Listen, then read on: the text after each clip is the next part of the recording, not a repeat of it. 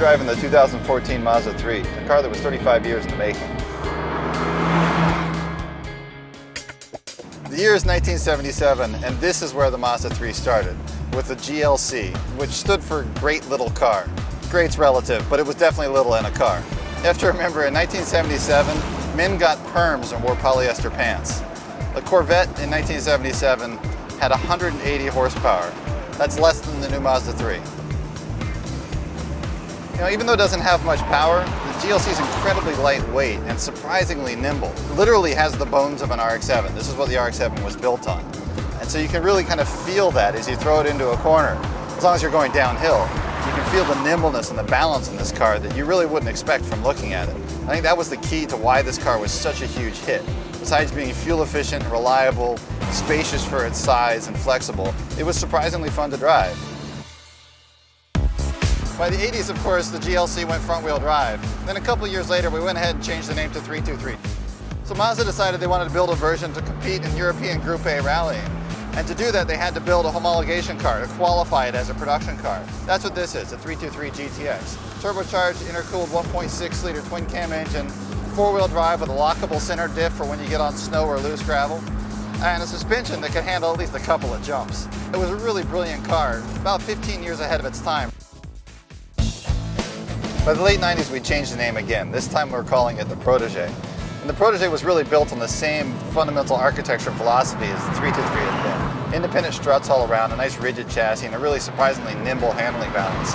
The team at Mazda North America saw the potential in the Protege and decided to build this special model, the Mazda Speed Protege. When it came out, Sport Compact Car called this the best handling front drive car they'd ever driven. You know who wrote that? I wrote that, and then I went to work for Mazda. For 2003, the Mazda 3 name finally appeared, and the new Mazda 3 was really a huge departure from the Protege and 323 before it. It was a much bigger, more mature, more sort of well-rounded car. Mazda 3 still had the nimble handling that the Protege was known for, but backed it up now with enough power to really support that handling. And that goes double for this car, the Mazda Speed 3, which had 263 horsepower and an absolutely ridiculous 280 foot-pounds of torque. The Mazda 3 was an instant hit. It was the fastest Mazda ever to reach 1 million sales. So the Mark II Mazda 3 carried over the body structure and the suspension from the Mark I, but we pulled ahead the SkyExtra-G engine that we were designing for the Mark III Mazda 3. And that engine got us more power, more torque, and dramatically better fuel economy. And since the old Mazda 3 chassis was still so good, even 8-9 years into the production of the Mazda 3, it was still winning almost every comparison test it was in. So the Mark I was already in production when I started at Mazda, but I got to actually work on this car. I got to spend a lot of time on twisty mountain roads like this, dialing in the handling, getting the steering feel right, really making sure the car was fun to drive. I was really proud of the way this car turned out, but it's nothing compared to the new one.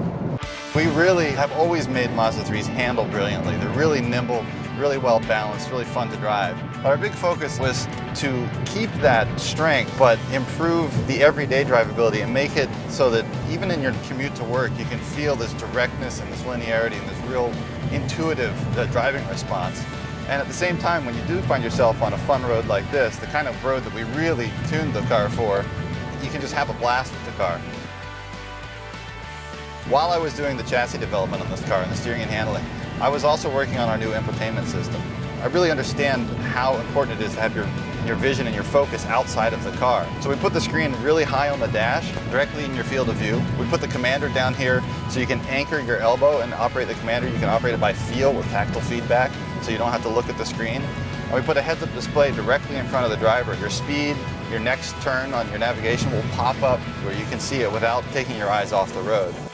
So in the end, what we have here is a car with more power than a 1977 Corvette and better fuel economy than a 1977 Mazda GLC.